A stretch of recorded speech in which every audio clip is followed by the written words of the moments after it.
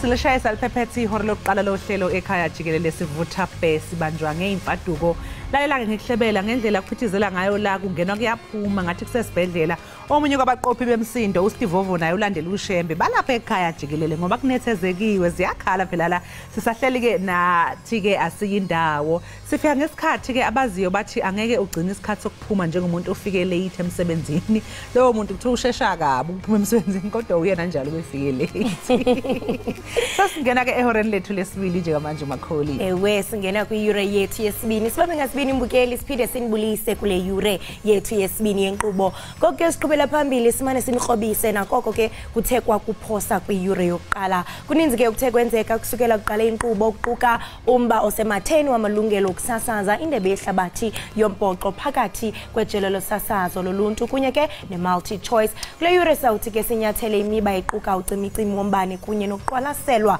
kokutsha kwemithetho yezofuduko qoqiniseka mbukeli into yokubana awugqusha laze awufuna ukubaliselwa into yokubana hey ndive kusithiwa funeka uzibonele ngosi masitshaye isaqhuma ake sibheke ihamba phambili ke kuleli hora.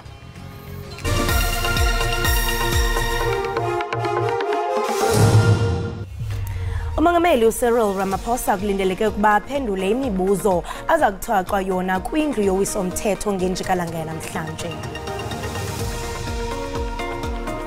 Umqeqeshi wabafana uHugo Broos usephoqeke ukuba enze izinguquko ezisikhombisa eqenjini lakhe elizobhekana neNamibia kanye neDRC emidlalweni ke yobungani kuleli sonto.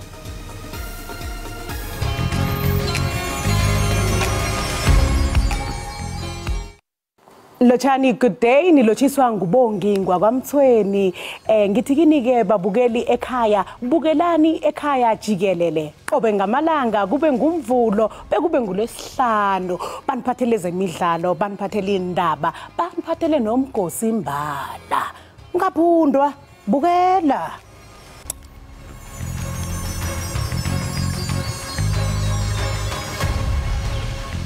Umongameli uCyril Ramaphosa ulindeleke ukuthi aphendule imibuzo yamalungu eParliament esishayamathetho sikazwelonke ekhona namhlanje. Lelile kuzoba kuyihlandla lesithathu kwamane kulonyaka umongameli Ramaphosa eyophendula imibuzo eParliament. iParliament phela mbukeli lizobiyela ekusebenzeni ngokugcwele kuleli sonto kulandela ukuhlaba ikhefu isikhathi eseluliwe.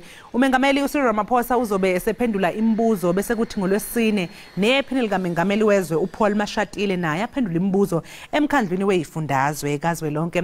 Kulona leli sonto kuzohlala imihlangano yamakomidi eParliament angama-43 phakathi kwalamakomidi eParliament azoba nemhlangano yilelo elibhekele ukusetshenziswa kwemali yabakhokhintela iScopa. Leli komidi lizobhunga malungana nombiko wophiko oluphenya amacala abucayi iSIU omayelana nophenyo lwenkampani iTransnet. iScopa izophinde futhi ke yethulelwe umbiko ovela ehhovisi likamgcini mafa kuzwelonke ohlongoza ukuthi inkampani ngamabhizinisi ombuso zingadalula ukusebenza kwemali ngendlela engafanele. Umphathiswa wombane uzakwazisa nonondaba ngalentsasa kulandela ukuphunyezwa kwenqanaba lesithandathu lokucinywa kombane. Inqanaba lesithandathu liqale ngensimbi yesihlanu ngalentsasa kwaye liza kuphunyezwa de kube kukhutshwe esinye isaziso. U-Eskom uthe ukongeza ukulungisa lokucetywa ezinye iiyunithi ezimbini kwizikhululo zombane zaseLithabo naseMatla kufuneka zivalwe ukuze zilungiswe ngokukhawuleza.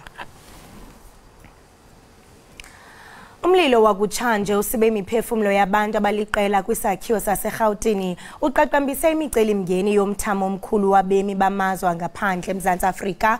Lo mcelimngeni waqatshelwa kwi-NEC ye-ANC kweyomqungu. Lo mbutho uthi lo mba uyinxalenye yezigqibo ezithathwe ikomishini yoxolo nozinzo ye-ANC kwinkomfa yonyulo ye-ANC yama-55. I-ANC ithe ayikuxhasi ukubukulwa kwabantu basemzini abahlala kweli lizwe. Nangona kunjalo eliqela lithe umthetho kufuneka ucace malunga nendlela amaziko ogcino umthetho ajongana nayo ngabantu abafuna indawo yokhuselo, abafuduki kunye neembacu. Kwinkomfa yama-55 yalo mbutho eNazareth owayesakuba ngusekela mphathiswa wezokhuseleko lombuso kwanelungu le-NEC ye-ANC uZizi kodwa uthe imiba yobumi belilizwe, imbacu nokufudukela kwelinye ilizwe kufuneka iqwalaselwe ngokutsha. Umphathisi wemicimbi yezekhaya uAaron Motsoaledi uthe i-ANC inexwebhu lomgaqo-nkqubo othi mayiqwalaselwe imithetho yobumi belizwe, imbacu kunye nokufudukela kwelinye ilizwe. Ngaphambi kokuba uphume mbukeli, qiniseka kaloku into yokubana uxhobisekile, uyakwazi okuqhubekayo ngesimo sezulu. Rhabula kodwa ungafinci.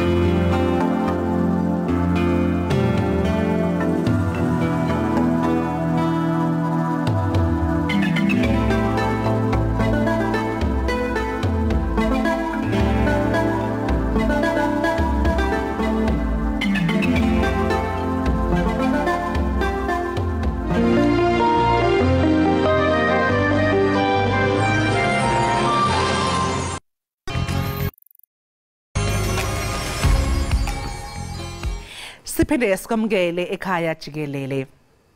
Intsha iyaqhubeka nokuthweswa iziqu unyaka nonyaka mbukeli. Abanye bathweswa iziqu zobudokotela, abanye baba abameli, onjiniyela njalo njalo.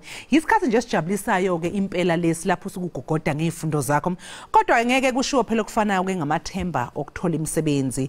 Ukuntula komsebenzi kakhulukazi kulabo abaneziqu zemfundo ephakeme kuyakhathaza kakhulu. Abanye abasebashaka abaneziqu bona sebenquma ukuthi ayi ngeke balinde ukuthi uhulumeni ubanike umsebenzi. Kunalokho ke beyiqalele awabamabhizinisi ukuze phela babhekane nalenkinga yokungatholi umsebenzi. uMadlamini usiqoqele lo mbiko. Intsha kanye nabazali bajabulile ngokuphothula kwemfundo ephakeme, nokho ukuntuleka kwemisebenzi entsheni kusaqhubeka nokuba umthwalo kungakhathaliseki izinga lemfundo abanayo abantu abasha. Intsha yaseNingizimu Afrika isaqhubeka nokungatholi amathuba okuhlanganyela kwezomnotho ngenxa yokuthi izinga lokuntuleka kwemisebenzi lingaphezulu kwesilinganiso ezweni lonke. Ngokocwaningo olwenziwa ngabaka-Statistics South Africa lwabonisa ukuthi nyakenye izinga labantu abangasebenzi lolevile ngamaphesenti angama-50 ebantwini abaneminyaka eyi-15 ukuya kwabaneminyaka engama-34 ubudala. Amazinga aphezulu okuntuleka kwemisebenzi ayazwela kakhulu entsheni. Abanye bagcina sebehoxa ngokuphelele kwezemisebenzi baze bahileleke nasezenzweni eziphambene nomthetho. Kanti abanye sebethembele emalini esibonelelo sikahulumeni engamarandi angama-350 ngenyanga.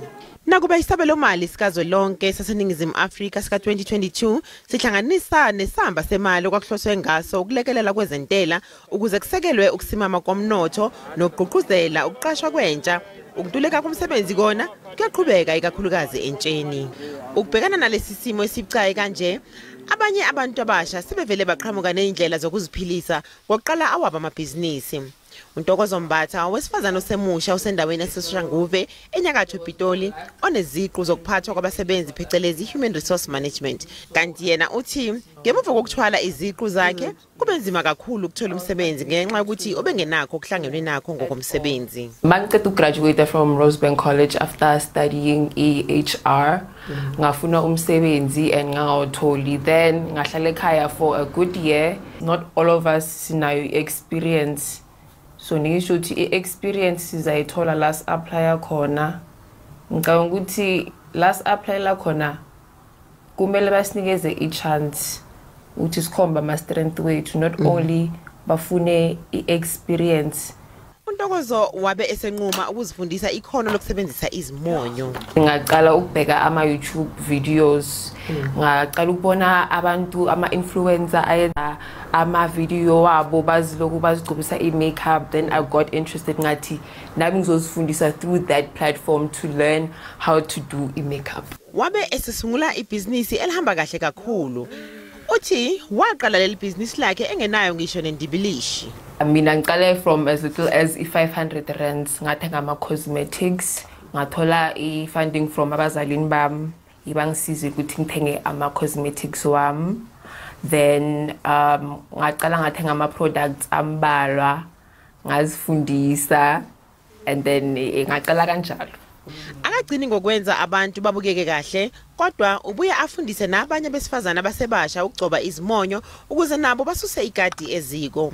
Ngaphandle kokulekelela uhulumeni ukudala amathuba omsebenzi, ngabe yini inhloso enkulu yokwenza lokho? Inhloso yami ukuthi ufundise abantu ukuzimela, especially abantomazana abancane, because manje sithola amantombazana amancane depende emadodeni for imali and izinto ezinjabaza izinto ezithusayo ukuthi bathole imali. So mina ngathi ithi ngifundisa abantu ukumake-up ukuthi bakwazi ukuzimela bazenzele imali, and imali yakhona yangempela iyasiza and ikhona ngoba i-makeup i-high in demand, abantu bafuna i-makeup every day. So i-makeup industry ngokufundisa abantu ngibasiza ukuthi bakwazi ukuzimela financially, bangadepende kwabanye abantu. Omunye wabafundi bakhe ugculisekile ngolwazi kanye nekhono akuthola kuNtokozo. Bendi unemployed yabo, so ndabona ukuthi manje makeup abantu into ezinjalo, so ngincedeke and ngifuna uqala ibusiness yami. Ngizibona ngingumuntu omkhulu in the next coming years yabo, like maybe ndivule isikolo se-makeup into ezinjalo. Ulwazi endilithole kuSisi Ntokozo lengincedile kakhulu. She's a very good teacher. Cha, wona umsebenzi uyancomeka impela.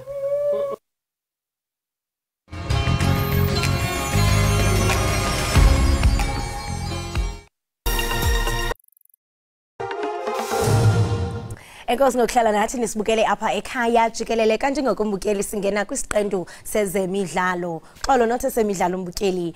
Ibhodi ye-SABC iza kuhlangana namhlanje ukuxoxa ngomcimbi wamalungelo sasazo lwendebe yehlabathi yombhoxo phakathi komsasazi woluntu kunye namalungelo i-multi choice. Okuzawuthi gango kulamaqela amabini asilele ukuvumelana ngemigaqo. Multi choice ke ngeyona inamalungelo kuyo yonke imidlalo yetumente eMzantsi Afrika. Kuxolwe ukuba ifuna malunga nezigidi ezingama-37 randi ukuze kube kanti inika imvume kuyo yonke imidlalo ye-Springboks kwi-SABC. Amabhokobhoko angadlala imidlalo esixhenxe ukuba afikelele kumdlalo wamagqibela kankqoyi, nto leyo ethetha ukuba umdlalo ngamnye ungatyabula i-SABC imali engaphaya kwezigidi ezintlanu zerandi. Umphathisi wezemidlalo uZizikodwa ubongeze i-SABC ukuba ifumane isisombululo kulomba ukuze elijelo losasazo likawonke-wonke likwazi ukuzalekisa isigunyaziso salo sokudlala imidlalo esemdleni woluntu. iSuperSport inababhalisi ke abamalunga nesigidi esinye nesithandathu kuphela se-DStv Premium Package ezakubonisa umbhoxo, ngelixa ke i-SABC izokwazi ukufikelela kwishumi lezigidi zababukeli. Umqeqeshi wabafana uphoqeke ukuthi enze inguquko eqenjini elizobhekana neNamibia kanye neDRC emidlalweni yobungani kuleli sonto. uPulemudi weKaizer Chiefs uyena kuphela umdlalo obiziwe ngenxa yokulimala kaThemba Zwane. Umqeqeshi wabafana wenza izinguquko eqenjini laguqisa iMorocco emidlalweni wokuhlungela iAfcon ngoNhlangulana. Kodwa uletha ithemba elikhulu ukuthi abadlali abazinze emazweni angaphandle uLyle Foster kanye noPercy Tau sebefikile. But that means that you have to change the team on 7 places if you compare that with the selection of Morocco 3 months ago. And I hoped to have, maybe with a few changes, to have the same selection that played against Morocco. If you compare that with 2 years ago, I have many good strikers for the moment. You name Lepasa, you name Foster, Mailula, but okay, it's a little bit difficult for him now because, yeah, it will be difficult for him because I looked at the squad of Toronto. Insigne is there, Kerr is a international player, and then another one, I don't remember his name, an Italian too, who is Italian international. So it will be very tough for him there. But okay, we will see what happens with him, and I hope that he can play as soon as possible. Umdlali wasemuva nophinda abiyiphini lika captain uSiyanda Xulu uthi uyakujabulela ukuphinda adlalela iqembu lesizwe. If you had to ask me a month ago what was my plan, according to my career, I would have just told you otherwise about coming back home. But I think they just came at the right time, and the project that they had for me, it was something that made sense for me at this age and time. So that is why I decided to come back home. Leli qembu lizothulana phezulu neNamibia ngolesithathu emva kwalokho libhekene neDRC ngomgqibelo enkundleni yase-Orlando Soweto.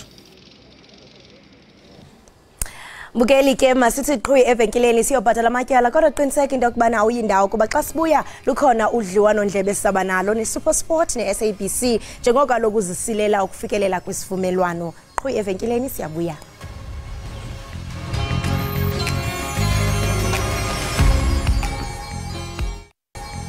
Enkosi ngokuhlala nathi nisibukele apha eSABC Ekhaya Jikelele kwinkqubo ndaba yakho uDTT.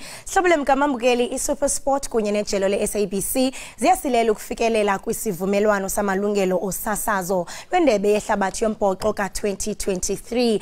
Abalandeli ke bashiyeke bengaqinisekanga malunga nokuvezwa kwale midlalo kumabonakude. Urhulumente ke woMzantsi Afrika ngomvulo uthe unethemba lokuba kungafikelelwa kwisivumelwano phakathi kweziko losasazo loMzantsi Afrika SABC kunye neSuperSport. Kusho kucabanzi ke lomba sizawuthetha naye uLitha Mpondwana nosisithethi sesebe lezemidlalo kuzwe lonke. Litha, molo unjani? Kholo sandaphila khonda nekuwe. Ndiyaphila khonda nakumse kwamkele enkqubeni yethu Ekhaya Jikelele. Enkosi ndibulisa nababukeli. Hayi bathi hi bathi hello bamnandi. Hayi kubhlungu kakhulu kubalandeli bomdlalo wombhoxo. Ingabe urhulumente uxhalabe kangakanani malunga nonqongophala kokufikelele kuluntu kwindlela zokubukela indebe yehlabathi yombhoxo ngenxa yakoloku kungekho isivumelwano? Naye urhulumente benexhala kakhulu kufumana ezindaba kwezinsuku zidlulileyo. Yilonto ke umphathisa wezemidlalo encube uDisele Ntsubeko umphathisa uZizigoda ubize intlanganiso nabaphathi baka-SABC izolo ukuze eve kuba kwenzeke ntoni na kwaye le meko ingalungiswa njani na kwezinsuku ezizayo phambi kwendebe yehlabathi yombhoxo. Uyathetha apho ngomphathisi into yokubana uye wamemelela intlanganiso. Xa sijonga ke kwicala likarhulumente ngaba mhlambe zikhona naziphina izicwangciso okanye amanyathelo akhoyo okuqinisekisa ukuba imidlalo yamabhokobhoko yendebe yehlabathi yombhoxo iyafikelela kuluntu ngokubanzi naxa mhlambe kungekho isivumelwano phakathi kweSABC neSuperSport.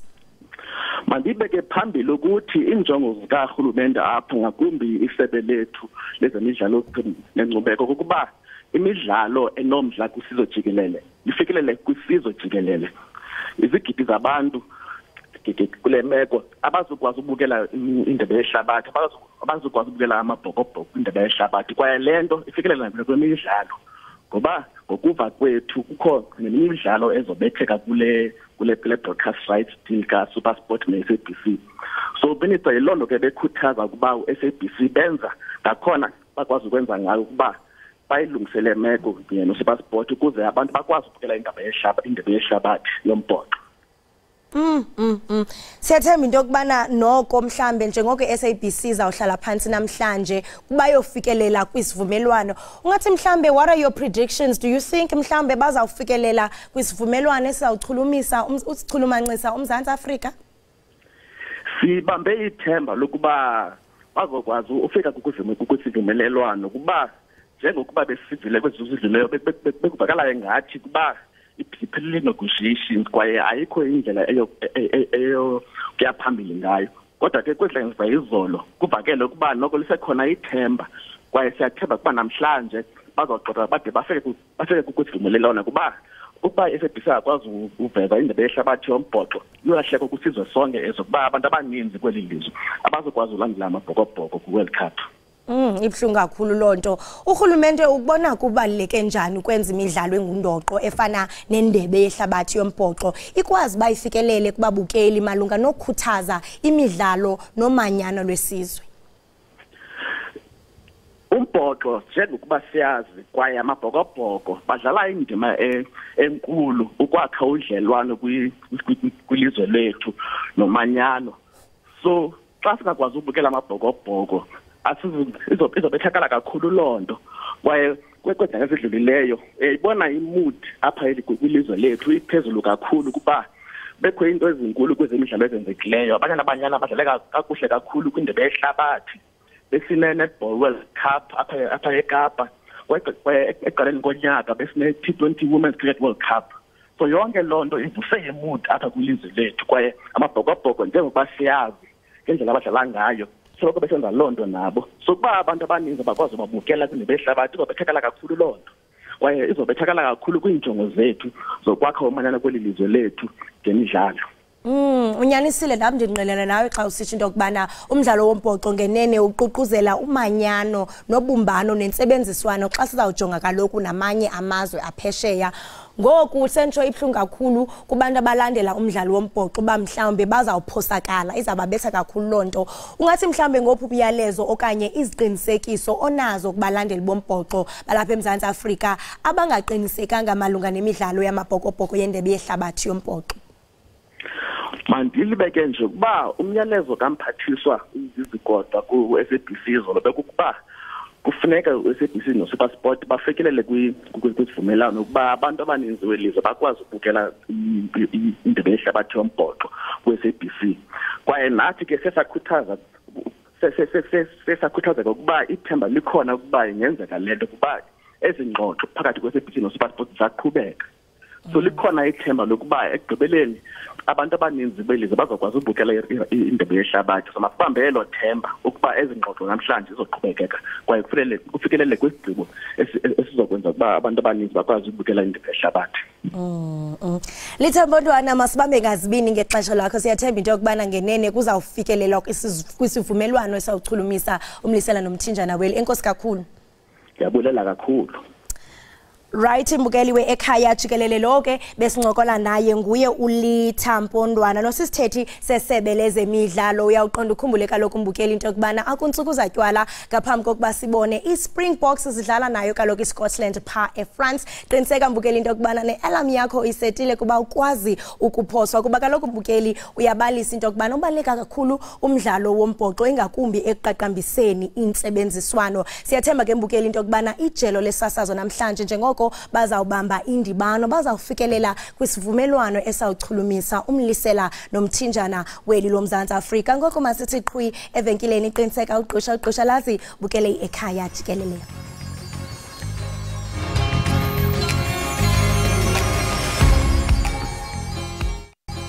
Enkosi ngokuhlala nathi nisasibukele kaloku apha ekhaya Jikelele kwinkqubo ndaba eqaqambisa ulwimi lwemveli iDTT.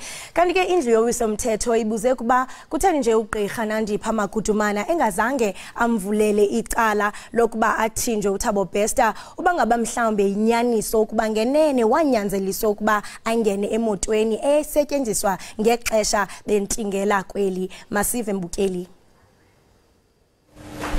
Inkantolo yemantshi yaseBloemfontein ichithe usuku lonke ilalele izethulo malungana nesicelo sebheyili sikaDokotela Nandipha Magudumana.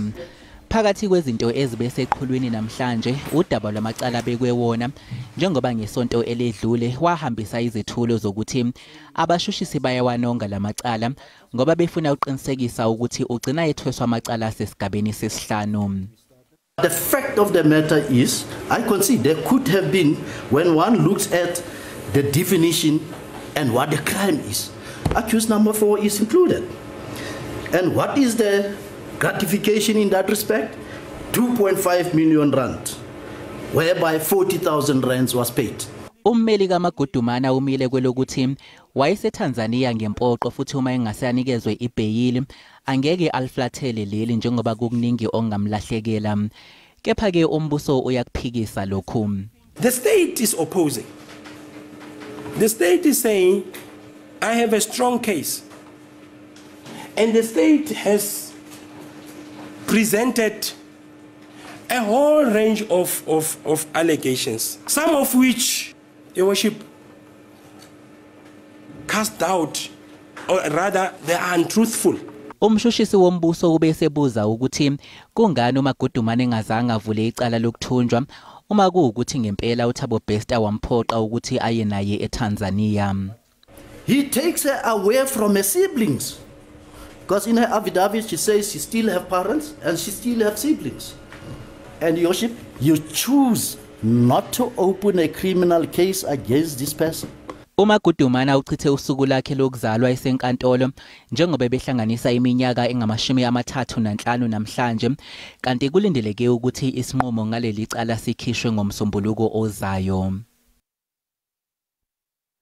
Kusenjalo mbukeli usaqhubeka ke nokufaka isicelo sokuba akhululwe ngebhayili uGqirha Nandipha Magudumane beveleke kwinkundla kaMantye eBloemfontein phezolo. Isicelo sikaGqirha Magudumane siseya sahlehliswa ke kwiveki ezayo. Ingaba intoni ebangela ukuba isicelo sikaMagudumane sibe side kangaka? Angayifumana kusini na ibhayili ekugqibeleni? Lemibuzo ke iza kuphendulwa ingcaphephe kwezomthetho uMelusi Quluwe Donda attorneys. Melusi masikubulise sikwamkele enkqubeni ekhaya Jikelele. Ngibingelele kusikholosa ngiphinde ngibingelele babukeli emakhaya. Enkosi. Hey umbuzo umile futhi akagunqi into okubana kutheni nje sisicelo sebhayili sitsala ixesha elide kangaka bekukudala nokongoko. Okay, okuqala fase kubuke la sikholosa ukuthi uke waya enkantolo ephakeme eBloemfontein wacela ukuthi inkantolo imkhiphe ngoba akaboshwa ngendlela esemthethweni. Kodwa wakhetha ukuthi ibhayili angayi-apply ngaso sikhathi. Sekudlule isikhathi inyanga eziwu4 usiyaphinda usiyabuya usethi hayi usecela ukuthi ayi-apply-leke manje. Okokuqala okubalekile ngoba ibhayili simamele izinsuku eziwu3 zoba usuku lesine ngolokhuzana ngomsombuluko nesibheki. Okubalekile ukuthi icala kubeke kulona icala elinamacala abucayi kakhulu. Futhi amacala akhona ayi-16. Kuningi omele kukhulunywe uma ubheka nababeli bakhe bathatha isikhathi impela bechaza betshela inkantolo ukuthi kungani kumele athole ibhayili kanti nombuso futhi umshushisi ombuso naye futhi ubela futhi naye echaza ngokwezethulo zakhe ukuthi kungani ngamele ayithole ibhayili. Yingakho ukuthatha isikhathi ukuthi kwenzeke kanje. Okunye futhi okumele ukubheke akhona amanye amacala akhona ezinkantolo baza buthi iqala elisethatha isikhathi njengaleli beninika isikhathi kodwa khona neminye imisebenzi emeqhubeka enkantolo akusho ukuthi ngoba necala kasisu uDr Magudumane kuzoba ilona kuphela ingakho ukuthatha isikhashana. Uthi Dr Magudumane yena mhlawumbe uba uyayifumana ibhayili asoze abaleke kuba kuninzi ozathi mhlawumbe kumlahlekele njengoko lapha eMzantsi Afrika. Kodwa ke kuyabonakala into okubana istate sona siyayi-oppose yonke lonto leyo. Ingaba mhlawumbe angayifumana kusini na ibhayili ekugqibeleni xa sijonga nje ityala lakhe?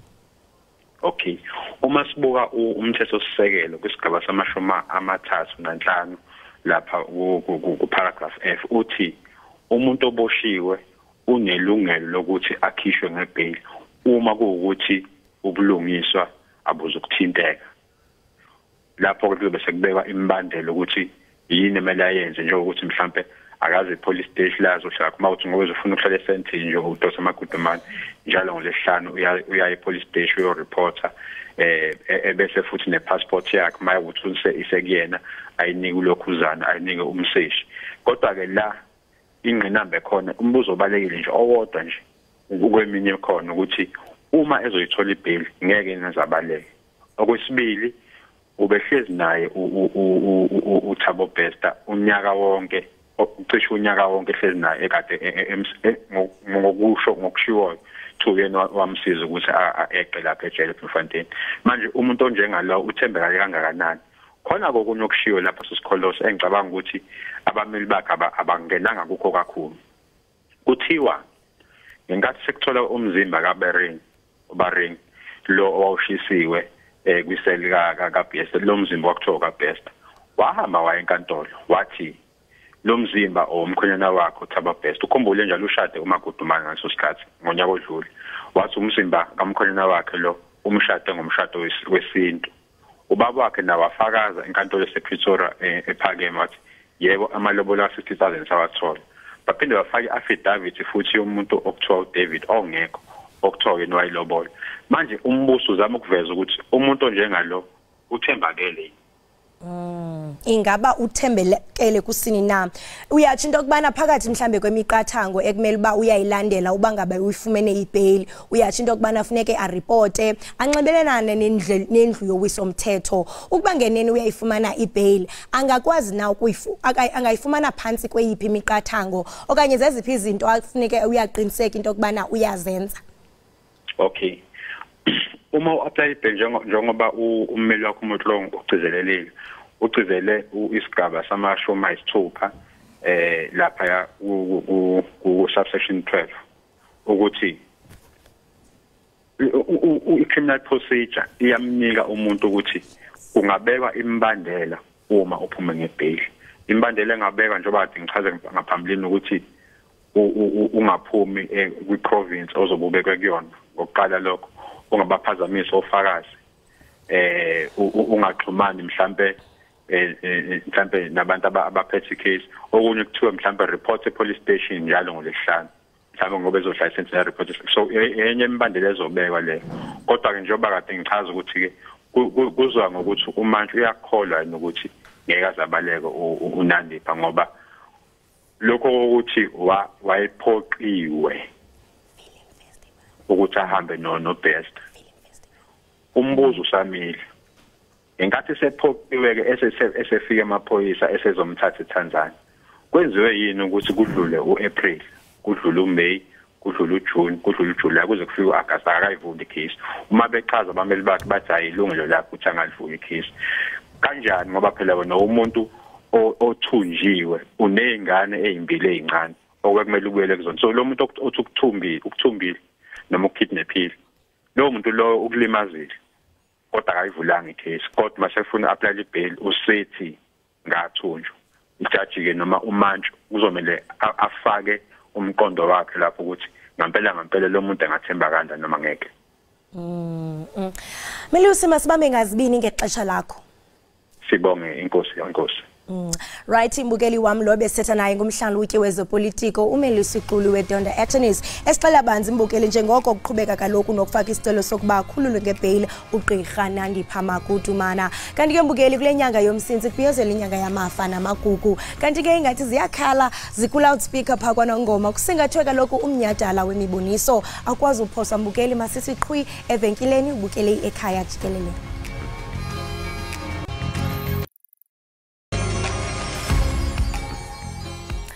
Enkosi kwakhona ngokuhlela nathi mbukeli, usasibukele kaloku apha kwinkqubo ndaba yakho ithanda kakhulu Ekhaya Jikelele. Ndiyathemba into yokubana nawe mbukeli njengokuba usibukele uziva usekhaya. Kanti ke kule nyanga yomsintsi kubhiyozelwa inyanga yamafa namagugu kwanongoma kwiphondo laKwaZulu Natal kuza kube kusingathwe umnyhadala wemiboniso panya wamazwe ngamazwe i-International Film Festival ngelamangesi. Lo mnyhadala ke umisele ukuba uqale ngolwesine kule veki imiyo ukuyokutsho ngomgqibelo. Uvimba walomsitho ke uqulethe iqela lezithethe ezidumileyo eziquka umphathiswa uSihle Zikalala, uSandile Dlamini, ukumkanikazi noMpumelelo Zulu, ukubalula ke abambalwa. Ukusixelela banzi ngalomnyhadala ke sesarhweca uZamaqambi uzama ke ulapha kumagumbi ethu osasazo. Mnumzane uzama masikubulise sikwamkele enkqubeni yethu Ekhaya Jikelele. Ebukhosini siyabingelela kunabanyana bonke ababukeli baya inkqubo Ekhaya. Hey, wafika usivathele wathi ishirt yakho yombhaco wathi umqhele uphelele. ngivunulile. Ngoba lo mnyadala siya kuwo ngumkhulu kabi. Just to give you background, ngo-2013 ubaba kaba yethe lo Khuthamela uye wasicela ukuthi simenzele ibirthday yakhe. Lapha befunda khona kwaBheka iZulu. And mase senzele le birthday yakhe sathi ibirthday yakho asifuni cake, sifuna ufundisa abantwana ngecareers. Wayithanda lento ecareers esiyenza. Wayiqhubeka wayisaka iphi kwi-residence kwaNongoma. And then masiqala khona ke sasuka khona sathi abantwana sifuna ukuthi bafunde ngeresidence. So sa decide ukuthi sibize nje bonke abantu abathanda umdabulo lo we-films ukuthi beze khona lapha khona. So this year siyajabula ukuthi sobe sina everyone you can think of. Ispeakers zethu sobe sinazo zi-27. Wow. 3 are from Hollywood, and then umphathiswa no Ndlunkulu nayo uzobe khona nazo zonke izithethe ezidila ngefilm kwaZulu Natal izobe zikhona ubaba uSongololo nabanye nabo bazobe bekhona nabasuka phesheya kwamalandla bensazawungena kulonto into okubana noko i-lineup yenu ishushu kuyobe kusindwe ngobethole. Ingaba mhlamba abantu abazawuthi basindleke lo msitho intona abanokulindela bathi jonga umuntu xa igoduka uyifumbethe esandleni? Kulonyaka sizobe sinayo ne-graduation ceremony. Before siphume siye kumhlanga wentombi ku-residence sizoba sibafundisa 10 hours a day. Yeah, sizoqala ngoLesine siye ngoLesihlanu and then ngomgqibelo soqedelela ukubafundisa then siye ku-residence.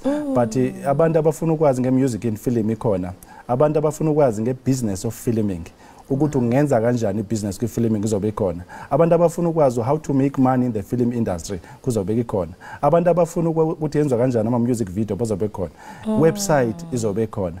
But okubalekile kakhulu ukuthi iNongoma is a rural areas ene potential kakhulu. Into esizoyenza this year sizolauncha Explore Nongoma reality show ena 13 episodes. Hayi lokho nje kuphela, and then sobe sinayo noNerusha uzobe sisenza ifilm for 2 days, 48-hour film. La abantwana bazobe khona bazokhanda ifilm esizoyibuka ngomgqibelo ekseni before siye ku dance. Hayi lokho kuphela, sine ncwadi ebizwa ngokuthi isiZulu. Incwadi yakhona sizobe siyichange from incwadi siyenze futhi ibe show. Hayi lokho kuphela, futhi zazi ukuthi ungubani. Sizobe silauncha i-reality show abathi Inkaba Yami. UngumXhosa, ungumZulu, Khoisani, wonke umuntu uzobe simfundisa. KumaXhosa sinabo omzondi, kumaZulu sinozondi. Kusho ukuthini lokho? KumaXhosa sinobo Rhadebe, kumaZulu sinabo Rhadebe uBhungane. Kusho ukuthini lokho? I-relationship esinayo as an African continent. Sobe se-expose ngabubanzi ngalokho. But at the same time sifuna abantwana bathole i-certificate esinama-uni standards as-accredited. Wow.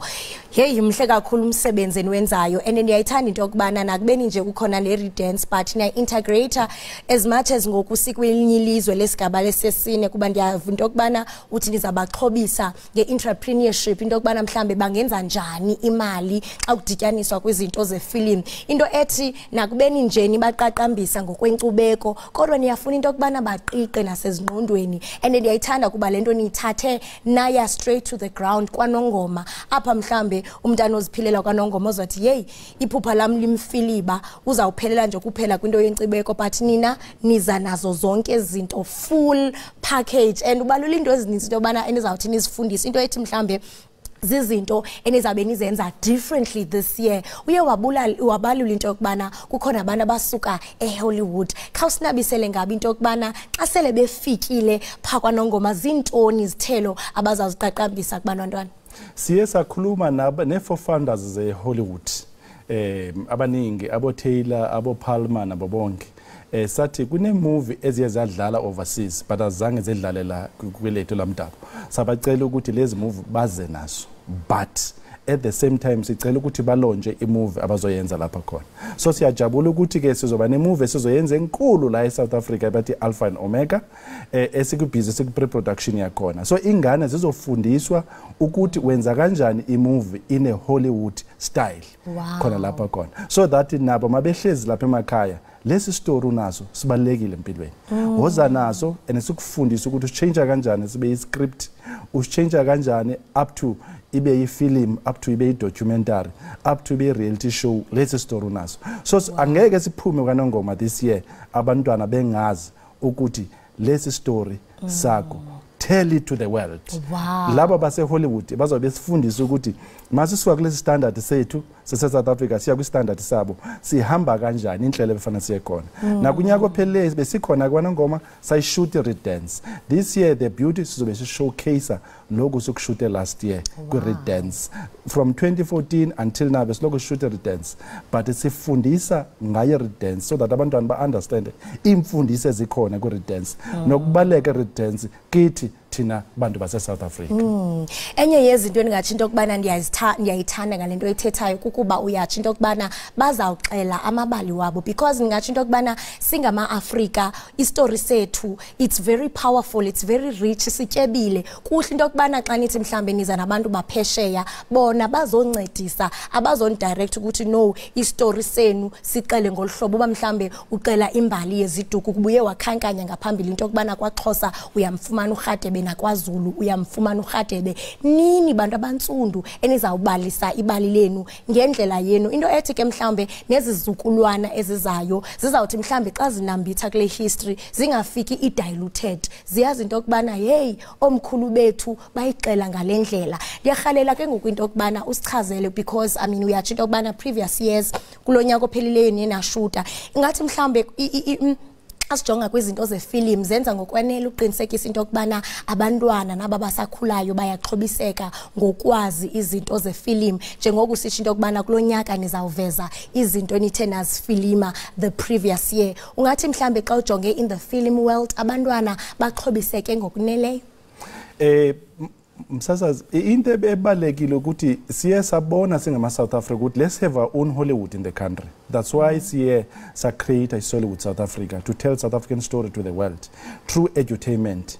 Intention zethu is to make sure ukuthi business ye film is structured and recognized lapha eMzansi. So okubalekile nje esizokwenza manje sifuna ukuthi noma umntana elapha emakhaya azi ukuthi at least kukhona umuntu ongisiza ukulekelela ukuthi istory sama start angifundise ngalokho so KwaZulu Natal has got a very rich history but abantu abaningi le history le iphelela kuphela emaphepheni azange iye kumabona kuthi so next year sobe sibuya siza la sithi nayi iTV reality show esishutile kwangoma nayi 48-hour film esishutile lapha khona nayi i-documentary sishutile ngonongoma uNdlunkulu Queen Nompumelelo ubusy as we speak ushuta i-show about ubayetho Khothamile uKingswellithini and leya show le sifuna ukumlekelela simsize so that it becomes a potential show ezingayishowcase throughout the world so ingane zakwanongoma zizoqhamula kulokho zizobenefita remember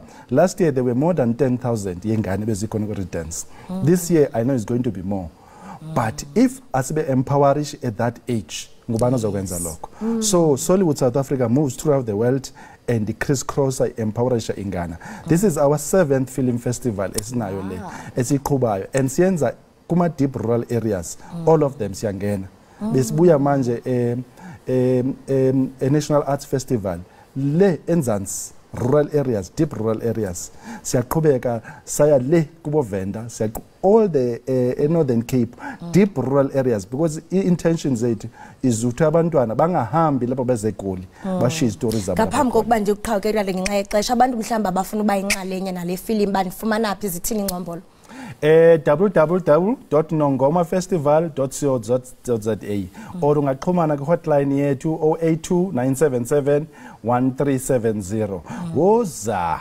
sishota ngawe waza sishota ngawe babuqambi masibambe ngazibini ngexesha lakho lento ithethileyo it proves that our heritage is our commodity siyabulela kakhulu asibonge Amaku right mbukeli wami lo besetha naye kaloku nguye uzama qambe besixelela banzi ngomnyadalo uzawusingathwa pha kwiphondo la KwaZulu Natal sithi into kubana kaloku le International Film Festival izawuqaqambisa ingakumbi kaloku ulutsha olupha emaphandleni konongoma masithi qhwi evenkileni qiniseka ugqusha lazi ubukele Ekhaya Jikelele.